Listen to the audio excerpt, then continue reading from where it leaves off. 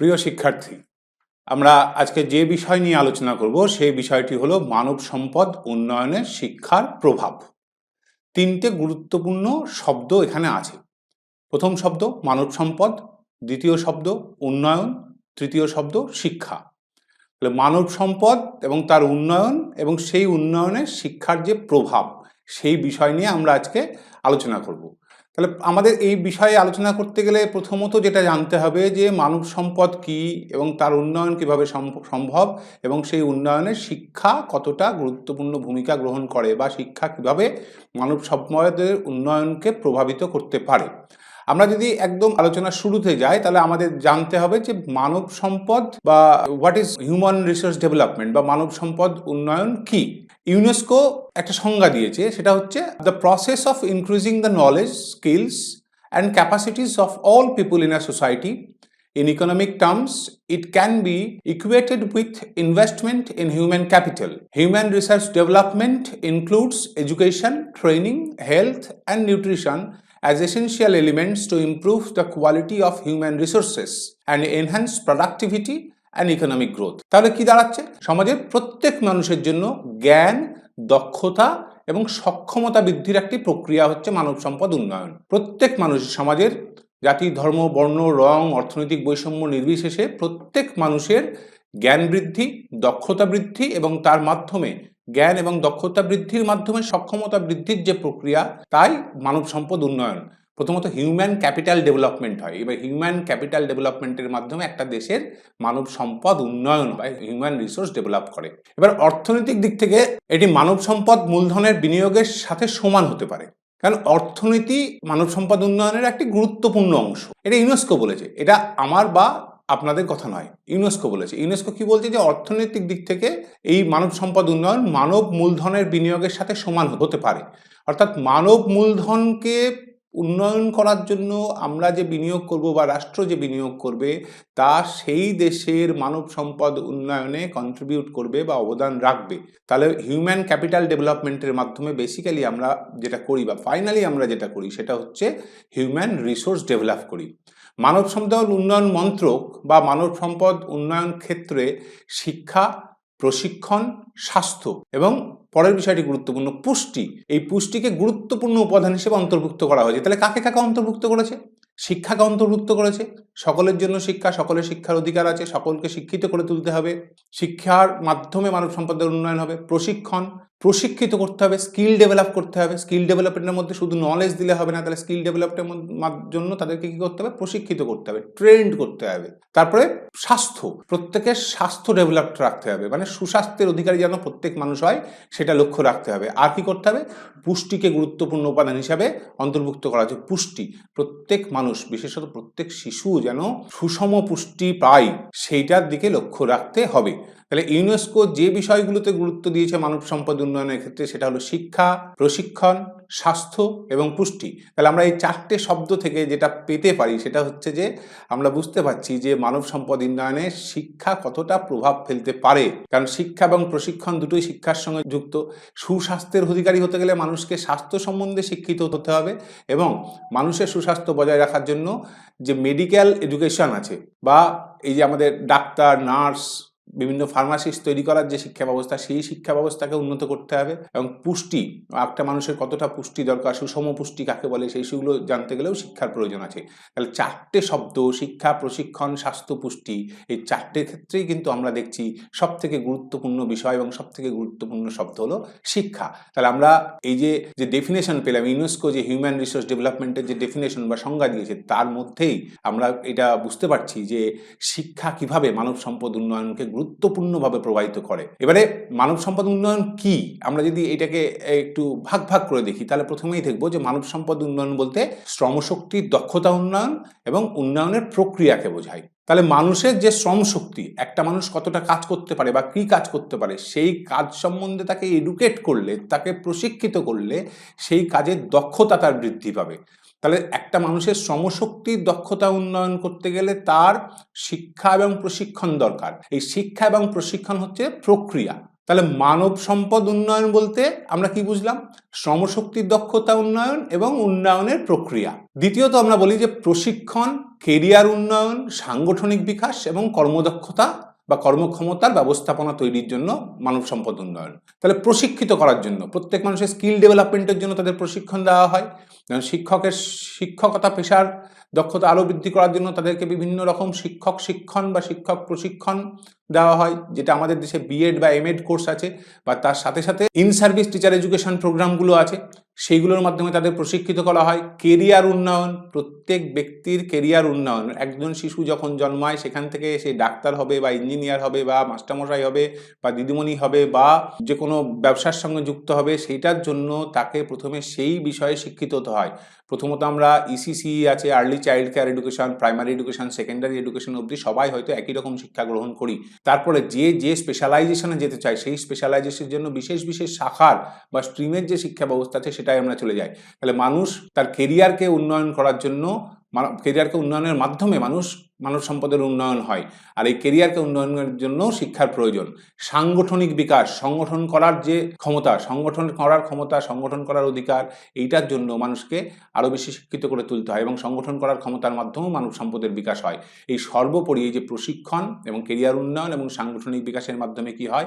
একটা কর্মক্ষমতার ব্যবস্থাপনা তৈরি হয় মানুষের মধ্যে। প্রত্যেক মানুষের মধ্যে যখন কর্মক্ষমতার ব্যবস্থাপনা তৈরি হবে, তখন হিউম্যান ক্যাপিটাল তৈরি হবে এবং একে একে লক্ষ লক্ষ কোটি কোটি হিউম্যান ক্যাপিটাল একটা দেশকে একটা সুন্দর হিউম্যান রিসোর্সের সোর্স দেবে। অর্থাৎ একটা দেশের হিউম্যান রিসোর্স ডেভেলপ করবে। এই মানব সম্পদ উন্নয়নের লক্ষ্য কি? লক্ষ্য হচ্ছে উৎপাদনশীলতা বৃদ্ধি, অর্থাৎ ইনক্রিজ অফ প্রোডাক্টিভিটিকে ইনক্রিজ করতে হবে, উদ্ভাবন, ইনোভেটিভ হতে হবে, ক্রিয়েটিভ হতে হবে এবং কর্মী সন্তুষ্টির প্রসার করতে হবে। মানে যাতে এমপ্লয়িরা স্যাটিসফাইড থাকে। মানে আমি কাজ করলাম কিন্তু আমার কাজের যথাযথ মূল্য বা সম্মান পেলাম না, তাহলে হবে না।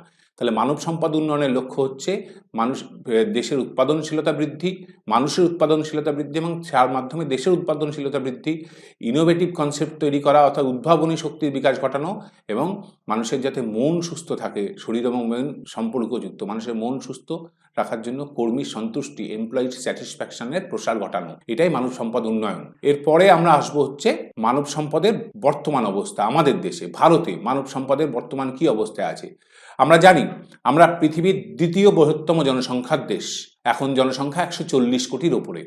দ্বিতীয় বৃহত্তম জনসংখ্যার দেশ। 140 কোটি is not a small number, it's a huge number. এবং মজার বিষয় হচ্ছে এর একটা বড় অংশ, একটা বিশাল অংশ হচ্ছে যুবগোষ্ঠী। প্রায় 65% যুবগোষ্ঠী। একটা কথা চালু আছে যে এই যে বিরাট যুবগোষ্ঠী, এই যুবগোষ্ঠীকে, এই যে 65%-এর কথা বললাম, এই যুবগোষ্ঠীকে যদি সঠিকভাবে পরিচালনা করা যায় তাহলে এই যুবগোষ্ঠী একটা দেশের সম্পদ। কিন্তু এই যুবগোষ্ঠীকে যদি সঠিকভাবে পরিচালনা করা না যায় এবং তাদেরকে সঠিকভাবে কাজে লাগানো না যায়, তাহলে এরাই কিন্তু একটা দেশের দায় হয়ে জন্মাবে। তাহলে যারা আজকে ওয়েলথ, তারাই কিন্তু লাইবিলিটি হয়ে যেতে পারে যে কোনো সময়। যারা আজকে অ্যাসেট, যে যুবগোষ্ঠী অ্যাসেট হতে পারে, সেই যুবগোষ্ঠী লাইবিলিটি হতে পারে। তাহলে এই প্রত্যেক যুবগোষ্ঠীর প্রত্যেক সদস্যকে আমাদের কি করতে হবে? আমাদের হিউম্যান ক্যাপিটাল রূপে গড়ে তুলতে হবে। তাহলে ভারতের মানব সম্পদের বর্তমান অবস্থায় আমরা দেখতে পাচ্ছি যে আমরা এই মুহূর্তে দ্বিতীয় বৃহত্তম জনসংখ্যার দেশ হয়েও আমাদের যে যুবগোষ্ঠী তা প্রায় 65% এবং সেই 65%কে যদি আমরা সঠিকভাবে কাজে লাগাতে পারি তাহলে আমাদের দেশের হিউম্যান রিসোর্স একটা ব্যাপক জায়গায় পৌঁছবে। দ্বিতীয়ত দেখেছি আমরা যে 2023 সালের হিসেব অনুযায়ী ভারতের জনসংখ্যার 65% 35 বছরের কম বয়সী। এই 35 বছরের কম বয়সী মানে কি কম দক্ষ? না, 35 বছরের কম বয়সী মানুষের কর্মদক্ষতা অনেক বেশি। শিশুরা পড়াশুনো করবে, যুবকরা তাদের একটা বিশেষ বয়সের পর থেকে 18 বা 20 বছরের পর থেকে তাদের কাজের মাধ্যমে, এই যে তাদের বিগত দিনের পড়াশোনা তাদের কর্মক্ষমতা বৃদ্ধি করছে, এই কর্মক্ষমতা বৃদ্ধির মাধ্যমে একটা দেশের প্রোডাক্টিভিটি বৃদ্ধি পাবে। তাহলে দেশের 65% মানুষ বা 65% মানুষ যদি 35 বছরের নিচে থাকে তাহলে সেই দেশের উৎপাদনশীলতা অনেক বেশি বৃদ্ধি পাবে। তাহলে সেই উৎপাদনশীলতা বৃদ্ধির জন্য ভারতে মানব সম্পদকে উন্নয়ন করতে হবে, হিউম্যান ক্যাপিটাল রূপে এই 65% মানুষকে গড়ে তুলতে হবে। এই যে বিশ্বব্যাপী যে তথ্য প্রযুক্তির যে ব্যাপক উন্নয়ন হয়েছে, আমরা বিগত 2 দশককে দেখেছি যে তথ্য প্রযুক্তি, বিশেষত ইনফরমেশন অ্যান্ড কমিউনিকেশন টেকনোলজি এর যে ব্যাপক উন্নয়ন, বিশ্বব্যাপী তথ্য প্রযুক্তির যে প্রগতি এবং information communication technology, digital technology ডেভেলপমেন্টের মাধ্যমে স্বাস্থ্যসেবার ক্ষেত্রেও যে ব্যাপক উন্নয়ন এসছে এবং শিক্ষাক্ষেত্রে ভারতীয় কর্মীদের চাহিদা বাড়ছে, কারণ ভারতীয় কর্মীরা সেক্ষেত্রে দেখা গেছে অনেক বেশি দক্ষ হিসেবে আমরা তৈরি করতে পারছি। গোটা পৃথিবীতে ভারতীয় শিক্ষিত মানুষদের, ভারতীয় কর্মীদের চাহিদা অনেক বেশি। তাহলে আমাদের ভারতে এই যে মানুষ আছে, যে 65% মানুষ 35 বছরের নিচে বা তার ঊর্ধ্বেও কিছু মানুষ আছে, তাদের চাহিদা কিন্তু বিশ্বব্যাপী আছে। তাহলে আমাদের ভারতের মানুষদেরকে মানব সম্পদ হিসেবে আমরা কিছুটা গড়ে তুলেছি। এই 65% মানুষকে যদি আগামী 10 বছরের মধ্যে আমরা আরও সুন্দরভাবে হিউম্যান ক্যাপিটাল রূপে অ্যাসেট হিসেবে গড়ে তুলতে পারি, তাহলে কিন্তু আমরা একটা ব্যাপক জায়গায় পৌঁছবো। আমাদের দেশের মানব সম্পদ উন্নয়ন একটা ব্যাপক জায়গায় পৌঁছবে। তবে আমাদের দেশে যে সমস্যাটা রয়েছে, এই ভালো ভালোগুলো কথাগুলোর মধ্যেও কিন্তু কিছু খারাপ কথা আসবে। যেমন আমাদের দেশে গ্রাম ও শহরের মধ্যে শিক্ষার সুযোগে বৈষম্য রয়েছে, নারী পুরুষের মধ্যে বৈষম্য রয়েছে, ধনী দরিদ্রের মধ্যে বৈষম্য রয়েছে, বিভিন্ন সামাজিক স্তরের মানুষের মধ্যে বৈষম্য রয়েছে, তৃতীয় লিঙ্গের মানুষের সাথে নারী পুরুষদের বৈষম্য রয়েছে। এই বৈষম্যগুলো কিন্তু আমাদের দেশে সমস্যা, হিউম্যান রিসোর্স ডেভেলপমেন্টের সমস্যা। এই একটা বড় অংশ যারা বৈষম্যের শিকার, সেই বৈষম্যের শিকার অংশকে বাদ দিয়ে কিন্তু পুরো অংশের হিউম্যান রিসোর্স ডেভেলপমেন্ট বা মানব সম্পদ উন্নয়ন সম্ভব নয়। একটা অংশ আমরা যদি সেই অংশটাকে 30%, 40%, 50% ভেবে থাকি, তাহলে বাকি 50%-এর আমরা যদি সঠিকভাবে উন্নয়ন করি, তবুও কিন্তু একটা দেশের মানব সম্পদ উন্নয়ন প্রপার হবে না। তাহলে আমাদের কি এই বৈষম্যগুলোকে দূরে সরিয়ে রেখে মানব সম্পদের উন্নয়ন করতে হবে। তাহলে আমরা এবার যে বিষয় নিয়ে আলোচনা করব সেটা হচ্ছে যে মানব সম্পদ উন্নয়নের প্রধান ক্ষেত্র। বিভিন্ন ক্ষেত্র রয়েছে, আমরা এখানে 5টা ক্ষেত্র নিয়ে আলোচনা করেছি। তার প্রথম ক্ষেত্র হচ্ছে শিক্ষা। শিক্ষার মাকে আমরা যদি স্তর বিন্যাস করি, তাহলে দেখব প্রাথমিক শিক্ষা, মাধ্যমিক শিক্ষা এবং উচ্চশিক্ষা। এখনকার যুগে এনইপি 2020 আসার পরে যেটা হয়েছে যে আর্লি চাইল্ড কেয়ার এডুকেশন যুক্ত হয়েছে। কিন্তু আমরা এখানে বিশেষত 3টে শিক্ষা স্তরের আলোচনা করি, প্রাথমিক, মাধ্যমিক এবং উচ্চশিক্ষা। এর ব্যাপক সম্প্রসারণ করার প্রয়োজন, কারণ মানুষকে শিক্ষিত করে না তুলতে পারলে মানব সম্পদের উন্নয়ন হবে না বা হিউম্যান ক্যাপিটাল তৈরি হবে না। শিক্ষা হচ্ছে প্রথম শক্তিশালী স্তম্ভ, যে স্তম্ভ মানুষকে বা একটা শিশুকে শক্তিশালী করে তোলে। তাহলে প্রাথমিক, মাধ্যমিক এবং উচ্চশিক্ষার ব্যাপক সম্প্রসারণ করতে হবে। আমাদের দেশে আমরা জানি আরটি অ্যাক্ট 2009 আছে এবং আরটি অ্যাক্ট 2009 প্রত্যেক শিশুকে, 14 বছর বয়সী প্রত্যেক শিশুকে অবৈতনিক এবং বাধ্যতামূলক শিক্ষার অধিকার দিয়েছে। শিক্ষাকে মৌলিক অধিকার হিসাবে স্বীকৃতিও দেওয়া হয়েছে আমাদের সংবিধানে। তাহলে প্রত্যেক মানুষের, প্রত্যেক শিশুর শিক্ষার অধিকার আছে এবং প্রত্যেক শিশুকে শিক্ষিত করে তুলতে পারলে আমরা যেদিনকে 100% শিক্ষার হারে পৌঁছবো, তখন দেখব যে আমাদের দেশের হিউম্যান ক্যাপিটাল আরও বেশি স্ট্রং হচ্ছে। আর কি, এই যে উচ্চশিক্ষার কথা আমরা দেখেছি, এনইপি 2020 একটা টার্গেট রেখেছে, সেটা কি 2035 সালের মধ্যে আমাদের জিইআর অর্থাৎ gross enrolment ratio in higher education 50% পৌঁছতে হবে। আমরা যেটা এখন 20%-এর আশেপাশে আছি। তাহলে আমরা প্রাথমিক, মাধ্যমিক এবং উচ্চশিক্ষার ব্যাপক প্রসারের মাধ্যমে বা সম্প্রসারণের মাধ্যমে হিউম্যান ক্যাপিটাল তৈরি করতে পারি। তাহলে শিক্ষা একটা গুরুত্বপূর্ণ ক্ষেত্র। পরের ক্ষেত্র হচ্ছে প্রশিক্ষণ এবং দক্ষতা উন্নয়ন। এই যে প্রতিদিন নতুন নতুন প্রযুক্তি আসছে বা প্রতিদিন নতুন নতুন থিওরি আসছে, তার প্রয়োগ আসছে সমস্ত স্তরের ক্ষেত্রে, সমস্ত পেশার ক্ষেত্রে। তাহলে এই প্রযুক্তিগুলির জন্য বা এই দক্ষতাগুলির জন্য বা থিওরিগুলির সম্বন্ধে মানুষকে আরও বেশি দক্ষ করে তুলতে হবে। যে স্তরে কাজ করে, যে স্তরের কর্মী, সেই কর্মীদেরকে সেই স্তরে যে নতুন নতুন প্রযুক্তি বা নতুন নতুন তত্ত্ব বা নতুন নতুন প্রয়োগ আসছে, সেইগুলির সম্বন্ধে আরও বেশি দক্ষ করে তোলার জন্য প্রশিক্ষণ এবং দক্ষতা উন্নয়ন শিবির করতে হবে বা প্রশিক্ষণ শিবির করতে হবে বা প্রশিক্ষণ কর্মশালা করতে হবে। এরপর হচ্ছে স্বাস্থ্য এবং পুষ্টি। সুস্বাস্থ্যের অধিকারী না হলে বা মানুষের প্রপার পুষ্টি না থাকলে তারা কোয়ালিটি কাজ করতে পারবে না। তাহলে জনসংখ্যার সুস্থতা নিশ্চিত করতে হবে, স্বাস্থ্যের অধিকার, সুস্বাস্থ্যের অধিকার, এবং সুস্বাস্থ্যের সঙ্গে সঙ্গে যেটা আসে সেটা হচ্ছে সুস্থ পরিবেশের অধিকার। এয়ার পলিউশন ইন্ডেক্স যদি অনেক খারাপ হয়, তাহলে কিন্তু মানুষ সুস্থ থাকবে না। খাবারে যদি প্রচুর ভেজাল থাকে, তাহলে কিন্তু মানুষ সুস্থ থাকবে না। তাহলে স্বাস্থ্য এবং পুষ্টি, সবাই যাতে প্রপার পুষ্টি পায় তার দিকে গুরুত্ব দিতে হবে। আমাদের দেশে আমরা জানি যে cooked mid day meal programme, সেই cooked mid day meal programme স্কুলগুলোতে চালু আছে, যাতে শিশুরা পর্যাপ্ত পরিমাণ পুষ্টি পায়। তাহলে স্বাস্থ্য এবং পুষ্টি হচ্ছে আর একটা ক্ষেত্র, যে ক্ষেত্র দিয়ে বা যে ক্ষেত্র ডেভেলপমেন্টের মাধ্যমে মানব সম্পদের উন্নয়ন সম্ভব। তারপর আসছে কর্মসংস্থান সৃষ্টি করা। এই যে ব্যাপক ওয়ার্কফোর্স তৈরি হচ্ছে, আমরা শিক্ষিত করলাম, শিক্ষিত করলে শিক্ষার শেষে তার কাজের ব্যবস্থা করতে পারলাম না। উচ্চশিক্ষায় হার আমরা 50% পৌঁছে যাব ভাবছি, কিন্তু তারপরে যদি এই 50% উচ্চশিক্ষিত মানুষকে আমরা কাজ দিতে না পারি, তাহলে তাদের যে ক্যাপেবিলিটি তৈরি হলো, তাদের যে সক্ষমতা তৈরি হলো, তাদের মধ্যে যে ওয়ার্কফোর্স তৈরি করতে পারলাম আমরা, সেই ওয়ার্কফোর্স কিন্তু ফাইনালি উৎপাদনশীলতা বৃদ্ধিতে কাজে লাগাতে পারবো না। তাই নতুন কর্মসংস্থান তৈরি করতে হবে, সেটা সরকারি স্তরে হোক, বেসরকারি স্তরে হোক, এমএসএমইতে হোক, এন্টারপ্রেনারশিপে হোক, যেভাবেই হোক নতুন কর্মসংস্থান তৈরির মাধ্যমে বা নতুন কর্মসংস্থানের সুযোগ তৈরি করতে হবে। আর একটা গুরুত্বপূর্ণ অংশ হচ্ছে নারী ক্ষমতায়ন, বা এর সাথে সাথে যেটা আসে সেটা হচ্ছে নারী ক্ষমতায়ন বা মার্জিনালাইজড সোসাইটি বা আমাদের যে প্রান্তিক গোষ্ঠীগুলি আছে তাদের ক্ষমতায়ন। নারী ক্ষমতায়ন এবং প্রান্তিক গোষ্ঠীগুলির ক্ষমতায়ন মানে হচ্ছে তাদের শিক্ষা, তাদের কাজ, এই সুযোগ বৃদ্ধি করা, তাদের শিক্ষার সুযোগ বৃদ্ধি, তাদের কাজের সুযোগ বৃদ্ধি, সমাজে তাদের অধিকারের সুযোগ বৃদ্ধি, এইগুলি করতে হবে। তাহলে নারী ক্ষমতায়ন বা প্রান্তিক গোষ্ঠীর মানুষের ক্ষমতায়ন হচ্ছে আর একটা গুরুত্বপূর্ণ ক্ষেত্র। তাহলে আমরা 5টা ক্ষেত্র নিয়ে আলোচনা করলাম: শিক্ষা, প্রশিক্ষণ ও দক্ষতা উন্নয়ন, স্বাস্থ্য ও পুষ্টি, কর্মসংস্থান সৃষ্টি এবং নারী ক্ষমতায়ন। এরপরে আমরা আসবো যে মানব সম্পদ উন্নয়নে ভারতের কি নীতি আছে। আমরা প্রথমেই আলোচনা করব একদম লেটেস্ট যে নীতি, ভারতের জাতীয় শিক্ষানীতি 2020। এই জাতীয় শিক্ষানীতি 2020 শিক্ষার আধুনিকীকরণ করার কথা বলেছে।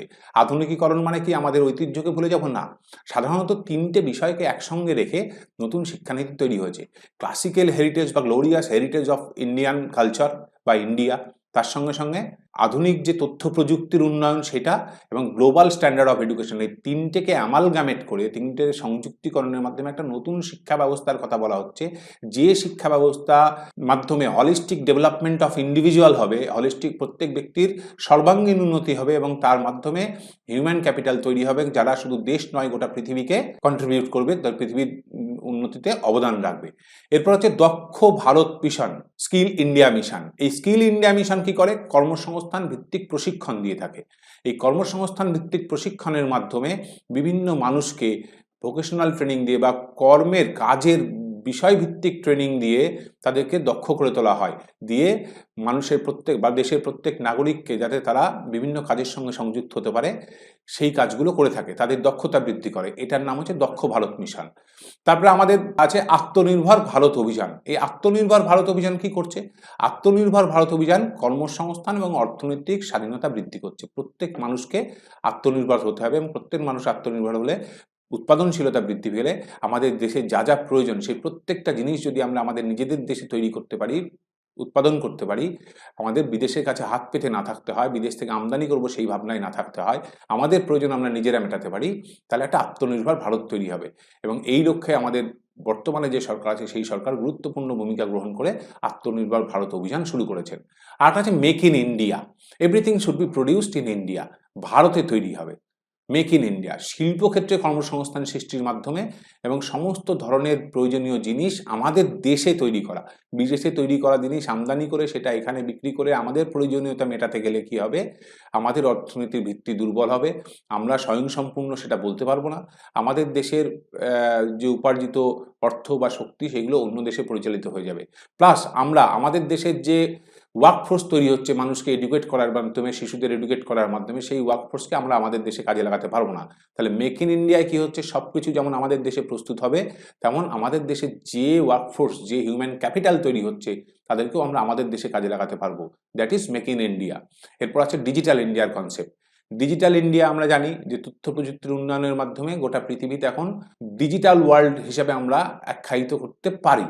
এই ডিজিটাল দক্ষতা বৃদ্ধি, আমরা যে মানুষ তথ্য প্রযুক্তি সম্বন্ধে যথেষ্ট ওয়াকিবহাল আর যে মানুষ তথ্য প্রযুক্তি জানে না, এদের দুজনের দক্ষতার মধ্যে অনেক তফাৎ, এদের দুজনের কর্মক্ষমতার মধ্যেও অনেক তফাৎ থাকে। তাই প্রত্যেক মানুষের ডিজিটাল দক্ষতা বৃদ্ধি করতে হবে। ডিজিটাল ইন্ডিয়া প্রজেক্ট আর একটা প্রজেক্ট যেটা মানুষের ডিজিটাল দক্ষতা বৃদ্ধি করার দিকে লক্ষ্য নেয়, যার মাধ্যমে মানব সম্পদ উন্নয়নের লক্ষ্য পূরণ হতে পারে।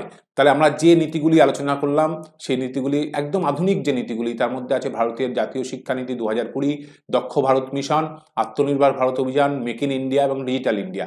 এ বাদ দিয়েও আরও অনেক নীতি আছে যেগুলো আমরা স্বাধীনতা পরবর্তী সময় থেকে নিয়ে এসেছি, সেগুলো বিস্তারিত এখানে আলোচনা করছি না, আমরা বর্তমান নীতিগুলো নিয়ে আলোচনা করলাম।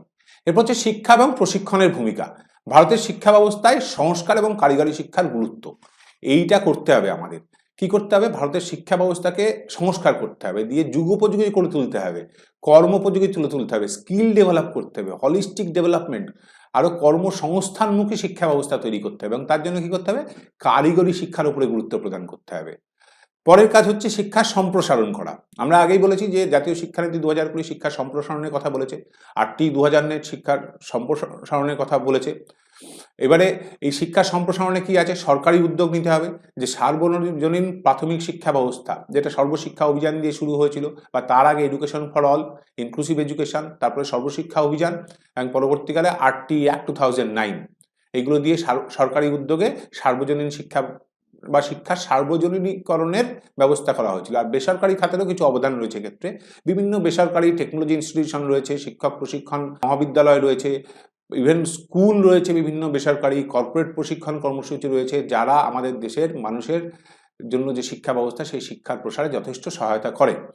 আর একটা হচ্ছে যে প্রযুক্তি এবং ডিজিটাল শিক্ষার উপরে গুরুত্ব। আমরা করোনা পূর্ববর্তী যুগে দেখেছি 2005 এনসিএফ 2005 থেকেই শিক্ষায় ইনফরমেশন এবং কমিউনিকেশন টেকনোলজির প্রয়োগ।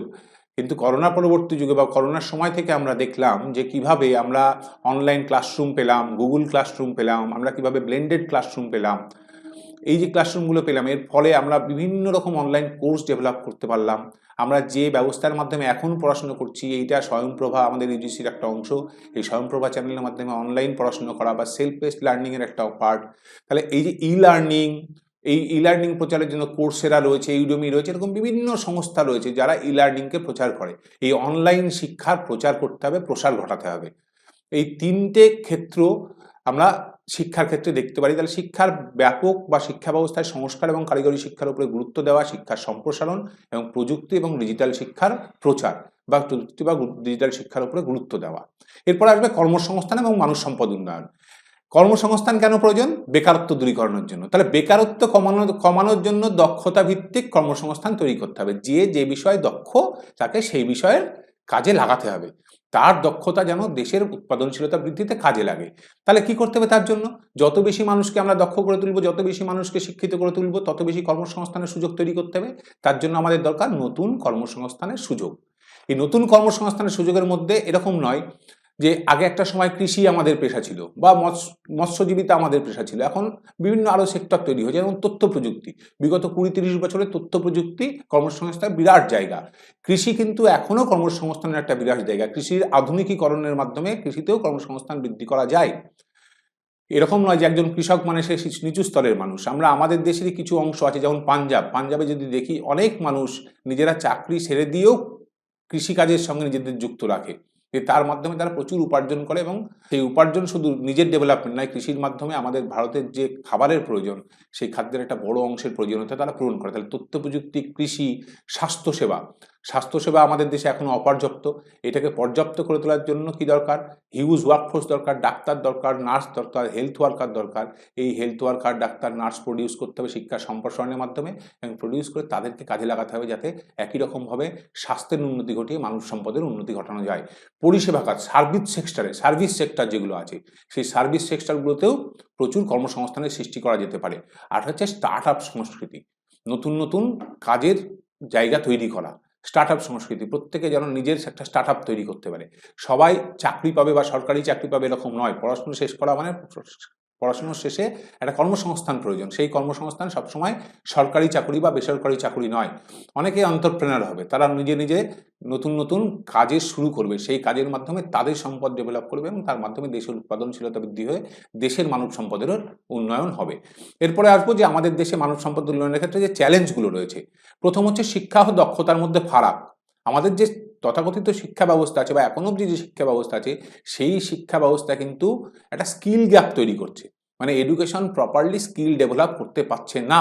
তার ফলে শিক্ষিত তরুণদের মধ্যে হয়তো নলেজ থাকছে, তারা BA, MA, BSc, MSc pass করছে, কিন্তু তাদের দক্ষতার অভাব থেকে যাচ্ছে। আমাদের দেশে গ্রাম শহর বিভাজন রয়েছে। এই রুরাল আরবান ডিভাইডে আমরা সেন্সাসগুলো থেকে দেখতে পাবো যে শিক্ষার হারে কত তফাৎ, লিটারেসি রেটের তফাৎ আছে, হায়ার এডুকেশন এনরোলমেন্টের তফাৎ আছে। আর যেটা পেশাগত শিক্ষা, বিশেষ করে ডাক্তার, ইঞ্জিনিয়ার, এইসব তৈরির ক্ষেত্রে গ্রাম আর শহরের ক্ষেত্রে একটা বিরাট বিভাজন আছে। এই বিভাজনটা আমাদের দেশে হিউম্যান রিসার্চ ডেভেলপমেন্টের বা মানব সম্পদ উন্নয়নের ক্ষেত্রে একটা বড় চ্যালেঞ্জ। আমরা 140 কোটির বেশি মানুষ আমাদের দেশে, সকলের কর্মসংস্থানের ব্যবস্থা এখনো হয়নি। বেকারত্ব বা আনএমপ্লয়মেন্ট একটা গুরুত্বপূর্ণ সংস্থা, তাই নতুন চাকরির বাজারে প্রতিযোগিতা বৃদ্ধি পেয়েছে। এই নতুন চাকরির বাজারে প্রতিযোগিতা বৃদ্ধি এবং কর্মসংস্থানের অভাব একটা বড় চ্যালেঞ্জ আমাদের দেশে। নারী শ্রমশক্তির অংশগ্রহণ আর একটা বড় চ্যালেঞ্জ। লো ফিমেল ওয়ার্কফোর্স পার্টিসিপেশন। আমরা একটা সময় পর্যন্ত বিশ্বাস করে এসেছি যে মেয়েরা হাউস হোল্ড ওয়ার্কেই বেশি দক্ষ, তারা হাউস হোল্ড ওয়ার্কই করুক, কিন্তু তাই নয়। মেয়েদের প্রায় জনসংখ্যার 50% নারী, সেই নারীদেরও সময় এখনো তাদের জন্য কর্মসংস্থানের জায়গা প্রপারলি তৈরি করা হয়নি। 50% নারীকে তথাকথিত মেন স্ট্রিম ওয়ার্ক সিস্টেমে নিয়ে আসার জায়গা এখনো পরিষ্কার নয়। তাদের কিছু অংশকে আমরা আনতে পেরেছি, কিন্তু একটা বড় অংশ এখনো বাকি। তাই নারী শ্রমশক্তির অংশগ্রহণও একটা কম অংশগ্রহণ আমাদের দেশে মানব সম্পদ উন্নয়নের ক্ষেত্রে একটা বড় চ্যালেঞ্জ। তাহলে আমরা 4টে চ্যালেঞ্জ নিয়ে আলোচনা করলাম: শিক্ষা ও দক্ষতার মধ্যে ফারাক, গ্রাম শহর বিভাজন, বেকারত্ব এবং নারী শ্রমশক্তির কম অংশগ্রহণ। এরপর আমরা জানবো যে শিক্ষার মাধ্যমে কিভাবে দক্ষতা উন্নয়ন করা যায়। মৌলিক শিক্ষা এবং কারিগরি শিক্ষা। আমরা এটা সবাই জানি যে শিক্ষা মানুষকে জ্ঞান প্রদান করছে বা জ্ঞান গঠনে সাহায্য করছে এবং তার মাধ্যমে দক্ষতা তৈরি হয়। এবং কারিগরি শিক্ষা তাদেরকে বিশেষ বিশেষ ক্ষেত্রে তাদের দক্ষতা তৈরিতে সহায়তা করে। তাহলে মৌলিক শিক্ষা, general stream of education and professional stream of education বা ভোকেশনাল স্ট্রিম অফ এডুকেশন মানুষের দক্ষতা তৈরি করে। আরটা কি? তথ্য প্রযুক্তি উদ্ভাবনী ক্ষমতা। মানুষের টেকনোলজি ইউজের যে ক্ষমতা, সেটা যত বৃদ্ধি পাবে, টেকনোলজি ইউজের যে দক্ষতা তত বেশি বৃদ্ধি পাবে। মানুষকে যত বেশি টেকনোলজিক্যাল নলেজ দিয়ে ইকুইপড করা যাবে, মানুষ তত বেশি টেকনোলজিতে দক্ষ হবে এবং তাদের উদ্ভাবনী ক্ষমতা ততটা বৃদ্ধি পাবে। আর কি হবে? সমস্যা সমাধান, মানে প্রবলেম সলভিং এবিলিটি ডেভেলপ করতে হবে। এবং প্রবলেম সলভিং এবিলিটি ডেভেলপ করতে গেলে যেটা দরকার সেটা হচ্ছে অ্যানালিটিক্যাল স্কিল ডেভেলপ করতে হবে। তাহলে শিক্ষা, তার মাধ্যমে অ্যানালিটিক্যাল স্কিল ডেভেলপমেন্ট এবং তার মাধ্যমে সমস্যা সমাধানের দক্ষতা বৃদ্ধি করা। এইভাবে শিক্ষা কি করে? মৌলিক এবং কারিগরি শিক্ষা, তথ্য প্রযুক্তি উদ্ভাবনী শিক্ষা এবং বিশ্লেষণী ক্ষমতা বৃদ্ধির মাধ্যমে সমস্যা সমাধান, এই করে শিক্ষা মানুষের মানব সম্পদ উন্নয়নে বা দক্ষতা উন্নয়নে সহায়তা করে। এরপরে আমরা আসবো যে শিক্ষার মাধ্যমে কর্মসংস্থান এবং পেশাগত উন্নতির কথা। আমরা জানি কর্মসংস্থান, আমরা বলেছি যে শিক্ষিত মানুষ কর্মসংস্থানে অনেক বেশি গুরুত্বপূর্ণ হবে। তাহলে শিক্ষা শুধুমাত্র স্কুল শিক্ষা নয়, তারপরের যে শিক্ষা, উচ্চশিক্ষা, বিশেষত উচ্চশিক্ষা স্পেশালাইজড পার্সন তৈরি করে, বিশেষভাবে দক্ষ মানুষ তৈরি করে, বিশেষ জ্ঞানের অধিকারী মানুষ তৈরি করে। তাহলে উচ্চশিক্ষা এবং কারিগরি প্রশিক্ষণ এর উপরে গুরুত্ব দিতে হবে, যাতে শিক্ষা শেষে কর্মসংস্থানের জন্য মানুষ উপযুক্ত হয়ে ওঠে। এই যে 65% যুব সমাজ, এই 65% যুব সমাজ যেন শিক্ষার শেষে কাজের জন্য উপযুক্ত হয়। চাকরির বাজারে চাহিদার সঙ্গে সামঞ্জস্যপূর্ণ শিক্ষা তৈরি করতে হবে। যেমন এখন দরকার হচ্ছে প্রচুর আইসিটি বা টেকনোলজিক্যালি লার্নেড ওয়ার্কফোর্স। তা আমরা আমাদের স্কুল শিক্ষা ব্যবস্থায় বা কলেজ শিক্ষা ব্যবস্থায় যদি টেকনোলজিকে প্রপারলি ইন্টিগ্রেট না করতে পারি, বা এই শিক্ষা ব্যবস্থার মাধ্যমে যদি আমরা এই ছাত্রছাত্রীদের টেকনোলজিক্যালি ইকুইপ না করতে পারি, তাহলে কিন্তু বাজারের চাহিদার সঙ্গে এরা সামঞ্জস্যপূর্ণ হবে না। এরা বাজারের চাহিদা পূরণ করতে পারবে না। এদের কাছে ডিগ্রি থাকবে, কিন্তু এরা প্রত্যেকটা কাজের জন্য যে দক্ষতা প্রয়োজন সেই দক্ষতা করতে পারবে না। তার জন্য শিক্ষা চাকরির বাজারে চাহিদার সঙ্গে সামঞ্জস্যপূর্ণ শিক্ষা ব্যবস্থা তৈরি করতে হবে। উদ্যোক্তা উন্নয়ন এবং আত্মকর্মসংস্থানের সুযোগ, এন্টারপ্রেনার ডেভেলপ করতে হবে, যারা উদ্যোক্তা হবে, উদ্যোগপতি, এমএসএমই স্কিমগুলো আছে এখন, তার মাধ্যমে উদ্যোক্তা উন্নয়ন করতে হবে। আর সেলফ এমপ্লয়মেন্ট বাড়াতে হবে। রাষ্ট্র সবাইকে সবসময় কর্মসংস্থান দিতে পারবে এরকম নয়, কিন্তু রাষ্ট্র প্রত্যেককে অনুপ্রাণিত করতে পারবে এবং তার জন্য সেই রকম একটা আবহাওয়া বা একটা পরিবেশ তৈরি করে দেবে, যে পরিবেশে মানুষ সেলফ এমপ্লয়েড হতে পারে। এইটা আমাদের করতে হবে মানব সম্পদ উন্নয়ন করার জন্য। এবার শিক্ষার মাধ্যমে উদ্ভাবন ও সৃজনশীলতার বিকাশ কিভাবে হয়? গবেষণা ও উন্নয়নের গুরুত্ব। শিক্ষা গবেষণাকে আরো বেশি উন্নত করে। গবেষণার মাধ্যমে নতুন নতুন উন্নয়নের ধারা তৈরি হয়। তাহলে গবেষণা এবং উন্নয়নের উপরে গুরুত্ব দিতে হবে। গবেষণাকে প্রমোট করতে হবে। রাষ্ট্রকে বা যে সংস্থাগুলি আছে, ইউজিসি, আইসিএসএসআর বা বিভিন্ন ডিএসটি, এরা গবেষণাকে আরো বেশি গুরুত্ব দেবে। গবেষণার উপরে ফান্ডিং দিতে হবে। শিক্ষিত মানুষেরা যাতে গবেষণায় আরো বেশি করে ইনভলভড হয় এবং এথিক্যাল রিসার্চ করে বা উন্নত মানের গবেষণা করে, তার মাধ্যমে দেশের উন্নয়ন করতে পারে, তার উপরে গুরুত্ব দিতে হবে। নতুন প্রযুক্তি ও ধারণা সৃষ্টি করতে হবে। নতুন প্রযুক্তি আসার সাথে সাথে তার উপযোগিতা মানুষকে বোঝাতে হবে এবং শিক্ষা ব্যবস্থার মাধ্যমে তাকে ইন্টিগ্রেট করে নতুন প্রযুক্তি নিয়ে প্রত্যেক মানুষকে ইকুইপ করতে হবে। এরকম যেন না হয় আজকে একটা প্রযুক্তি আসলো, আমরা আরো 10 বছর বা 15 বছর পর থেকে তার প্রয়োগ শুরু করলাম, ততদিনে কিন্তু আরো একটা প্রযুক্তি এসে যাবে, সেটার থেকে আমরা পিছিয়ে পড়বো। আজকেও যেমন পিছিয়ে পড়লাম, তখনও পিছিয়ে পড়বো। তার নতুন প্রযুক্তি এবং নতুন ধারণা সৃষ্টির মাধ্যমে আমরা যেটা করতে পারবো সেটা হচ্ছে উদ্ভাবন এবং সৃজনশীলতার বিকাশ ঘটাতে পারবো। শিল্প ও বাণিজ্য শিক্ষার অবদান এবং ইন্ডাস্ট্রিয়াল এডুকেশন বা কমার্শিয়াল এডুকেশনের ডেভেলপ করতে হবে, এবং industrial education commercial education develop করলে আমাদের দেশে ওয়ার্কফোর্স আরও বেশি পাওয়ারফুল হবে এবং তার মাধ্যমে সৃজনশীলতার বিকাশ হবে, উদ্ভাবনী শক্তির বিকাশ হবে এবং প্রোডাক্টিভিটি বাড়বে। এবার অর্থনৈতিক প্রবৃদ্ধিতে শিক্ষার ভূমিকা। একটা দেশের উন্নয়ন তখনই সম্ভব যখন সেই দেশের অর্থনৈতিক উন্নয়ন সম্ভব। এবারে আমরা হিউম্যান ক্যাপিটাল ডেভেলপমেন্টের কথা বলছিলাম, আসলে দক্ষ মানব সম্পদ উৎপাদনশীলতা বৃদ্ধি করে। যত বেশি উৎপাদনশীলতা বৃদ্ধি পাবে তত বেশি আমরা স্বয়ংসম্পূর্ণ হব, তত বেশি আমাদের বাইরের থেকে জিনিসপত্র কম কিনতে হবে। তার মানে আমাদের দেশের যে ইকোনমিক রোটেশন, ইকোনমিক রোলিং থাকে, সেই রোলিংটা আমাদের দেশের মধ্যেই থাকবে, দেশের অর্থ বাইরে যাবে না, বরং বাইরের দেশের লোকেরা আমাদের দেশ থেকে অনেক জিনিসপত্র কিনতে বাধ্য হবে বা কিনবে। তার ফলে আমাদের দেশের অর্থনৈতিক বৃদ্ধি হবে, বা তাহলে মানব সম্পদ, দক্ষ মানব সম্পদ উৎপাদনশীলতা বৃদ্ধি করে এবং তার মাধ্যমে অর্থনৈতিক প্রবৃদ্ধিতে সহায়তা করে। শিল্প ব্যবসাতে যদি শিক্ষিত কর্মীর অবদান থাকে, একজন অল্প শিক্ষিত বা অশিক্ষিত মানুষ ব্যবসা করছে এবং একজন সুশিক্ষিত মানুষ ব্যবসা করছেন বা শিল্প খুলেছেন, এদের মধ্যে কিন্তু প্রোডাক্টিভিটির তফাৎ থাকবে, উৎপাদনশীলতার তফাৎ থাকবে। তাহলে শিল্প এবং ব্যবসায়ী যেন শিক্ষিত কর্মীরা আরো বেশি করে ইনভলভ হয়, এবং তাই থাকলে দেশের প্রোডাক্টিভিটি বাড়বে, তার মাধ্যমে অর্থনৈতিক প্রবৃদ্ধি হবে। আর জাতীয় অর্থনৈতিক স্থিতিশীলতা, আগের দুটো কাজ যদি প্রপারলি হয় তাহলে আমাদের দেশের একটা ইকোনমিক স্টেবিলিটি থাকবে, একটা ন্যাশনাল ইকোনমিক স্টেবিলিটি, অর্থাৎ জাতীয় অর্থনৈতিক স্থিতিশীলতা, বৃদ্ধির হার ঠিক থাকবে, AICPI all India consumer price index নিয়ন্ত্রণে থাকবে, ইনফ্লেশন নিয়ন্ত্রণে থাকবে। তার ফলে প্রত্যেক মানুষের খাদ্য, বস্ত্র, বাসস্থানের অভাব হবে না। তারা যে কাজ করছে এই কাজের মাধ্যমে দেশীয় খাবার, দেশীয় বস্ত্র, দেশীয় অর্থ, এর মাধ্যমে দেশের অর্থনীতি একটা স্টেবল কন্ডিশনে রাখতে পারবে। তাহলে একমাত্র শিক্ষাই পারে অর্থনৈতিক প্রবৃদ্ধিকে, গুড ওয়ার্কফোর্স তৈরি করে, গুড হিউম্যান ক্যাপিটাল তৈরি করে অর্থনৈতিক প্রবৃদ্ধিকে রক্ষা করতে। এবার শিক্ষার মাধ্যমে সামাজিক উন্নয়ন এবং জীবনমানের উন্নতি কিভাবে সম্ভব? শিক্ষার মাধ্যমে মানুষের সচেতনতা বৃদ্ধি হয় এবং দায়িত্ববোধ বৃদ্ধি হয়। আমরা অ্যাওয়ার হই, আমরা আমাদের রেসপন্সিবিলিটি সম্বন্ধে আরো বেশি নলেজেবল হয়। তার ফলে আমরা জানতে পারি আমাদের কি করতে হবে, তার মাধ্যমে আমাদের সামাজিক উন্নয়ন হয় এবং আমাদের জীবনমানের উন্নতি হয়। শিক্ষা স্বাস্থ্য, পরিবেশ এবং নাগরিক অধিকারের প্রতি মনোযোগ দিতে শেখায়। তাহলে স্বাস্থ্যের প্রতি মনোযোগ দিতে শেখাচ্ছে, পরিবেশকে সুন্দর রাখার প্রতি মনোযোগ দিতে শেখাচ্ছে এবং নাগরিক অধিকারকে সুরক্ষিত রাখার প্রতি মনোযোগ দিতে শেখাচ্ছে শিক্ষা। তাহলে শিক্ষার মাধ্যমে কি করছে? এই স্বাস্থ্য, পরিবেশ এবং নাগরিক অধিকারের প্রতি মনোযোগ বৃদ্ধি করে মানুষ সুন্দর একটা সমাজ তৈরি করতে হবে, সুন্দর তার জীবন থাকবে। তাহলে জীবন মানের উন্নতি এবং সামাজিক উন্নয়নে শিক্ষা স্বাস্থ্য, পরিবেশ এবং নাগরিক অধিকারের প্রতি মনোযোগ তৈরির মাধ্যমে সহায়তা করছে। আর সামাজিক ন্যায় বিচার এবং সাম্যের প্রচার, একমাত্র শিক্ষিত মানুষই বোঝে যে কোনটা তার অধিকার, কোনটার বিচার পাওয়ার অধিকার আছে, এবং সমতার অধিকার, এই সাম্যের অধিকার প্রচার এবং সামাজিক ন্যায় বিচারের প্রচারে শিক্ষিত মানুষের অবদান থাকে, তার মাধ্যমে সামাজিক উন্নয়ন এবং জীবনমানের উন্নতি হয়। শিক্ষার মাধ্যমে বা স্থিতিশীল উন্নয়ন বা টেকসই উন্নয়ন এবং ভবিষ্যতের প্রস্তুতি কিভাবে করব? পরিবর্তনশীল বিশ্ববাজারের সাথে খাপ খাইয়ে নেওয়া। প্রতিদিন মানুষের প্রয়োজন পাল্টাচ্ছে, বিশ্ববাজারের প্রয়োজনও পাল্টে যাচ্ছে, এবং সেই প্রয়োজন বা পরিবর্তিত প্রয়োজনের সাথে সাথে শিক্ষা ব্যবস্থাকে পরিবর্তিত করে তাদের সাথে আমাদের খাপ খাওয়াতে হবে। কৃত্রিম বুদ্ধিমত্তা, এখনকার এই বিগত কয়েক বছরে এটা একটা খুব গুরুত্বপূর্ণ বিষয়, আর্টিফিশিয়াল ইন্টেলিজেন্স, কৃত্রিম বুদ্ধিমত্তা এবং ডিজিটাল দক্ষতার উপরে গুরুত্ব আরোপ করতে হবে।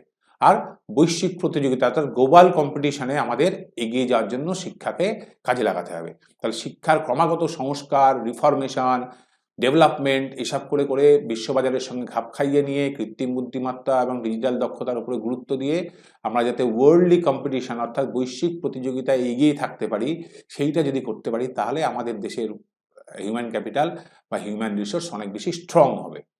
এরপরে আমাদের এই কাজগুলো করার ক্ষেত্রে যে চ্যালেঞ্জগুলো আছে এবং তার সমাধানগুলো নিয়ে আমরা আলোচনা করব। প্রথমত শিক্ষার অসমতা আছে এবং কোয়ালিটি এডুকেশনের অভাব আছে, অর্থাৎ শিক্ষার মানেও সমস্যা আছে। তাহলে শিক্ষার ক্ষেত্রে সাম্য ফিরিয়ে আনতে হবে। আরটি 2009 যেটা বলেছে বা এনইপি 2020 যেটা বলছে, সেটা প্রত্যেক মানুষের জন্য শিক্ষা এবং প্রত্যেক মানুষের জন্য গুণমান সম্পন্ন শিক্ষার ব্যবস্থা করতে হবে। শিক্ষার সাথে সাথে কর্মসংস্থানের সুযোগ বৃদ্ধি করতে হবে। শিক্ষা শেষে কর্মসংস্থান হলো না, তাহলে কিন্তু মানব সম্পদের উন্নয়ন হলো না। তাহলে শিক্ষার সাথে সাথে কর্মসংস্থানের বৃদ্ধি করতে হবে, আর সরকারি এবং বেসরকারি খাতগুলিকে প্রচুর ভূমিকা গ্রহণ করতে হবে যাতে শিক্ষার প্রসার ঘটে এবং শিক্ষা শেষে কর্মসংস্থানের ব্যাপক প্রসার ঘটে, এবং শিক্ষিত ওয়ার্কফোর্স, এডুকেটেড ওয়ার্কফোর্স যেন বসে না থাকে, তাহলে কিন্তু প্রোডাক্টিভিটি বা উৎপাদনশীলতা বৃদ্ধি পাবে না। এই যে এইগুলোই আমাদের চ্যালেঞ্জ, আমাদের অসমতা আছে, কোয়ালিটি এডুকেশনের অভাব আছে, শিক্ষার সাথে কর্মসংস্থান সামঞ্জস্যপূর্ণ নেই, সরকারি এবং বেসরকারি খাতের ক্ষেত্রে কিছু ঘাটতি থেকে গেছে। তাহলে এই অসমতা দূর করা, কোয়ালিটি এডুকেশনকে প্রমোট করা এবং শিক্ষার সাথে কর্মসংস্থানের সামঞ্জস্য রেখে সরকারি এবং বেসরকারি সংস্থাগুলিকে আরও বেশি গুরুত্বপূর্ণ ভূমিকা গ্রহণ করলে তবে এই চ্যালেঞ্জগুলোরও সমাধান হবে। এরপরে আমরা একদম সবশেষে যেটা বলতে পারি সেটা হচ্ছে শিক্ষা। আমরা একদম ইউনেস্কো ডেফিনেশনে বলেছিলাম যে ইউনেস্কো ডেফিনেশনের মধ্যেই বলেছে শিক্ষা সবথেকে গুরুত্বপূর্ণ উপাদান মানব সম্পদের, বা শিক্ষা গুরুত্বপূর্ণ হাতিয়ার। তাহলে মানব সম্পদের উন্নয়নের জন্য শিক্ষার অপরিহার্যতা একদম অনস্বীকার্য। এরপর আসবে যে কিরকম শিক্ষা, যেটা চলছে সেটাই থাকলে হবে না, মানসম্মত শিক্ষা এবং দক্ষতা উন্নয়নের শিক্ষা লাগবে। সেই জন্য কোয়ালিটি এডুকেশন এবং দক্ষতা উন্নয়ন, স্কিল ডেভেলপমেন্ট এডুকেশনকে আমাদের আহ্বান করতে হবে। আরেকটা কি আছে, দীর্ঘমেয়াদী উন্নয়নের শিক্ষার অবদান।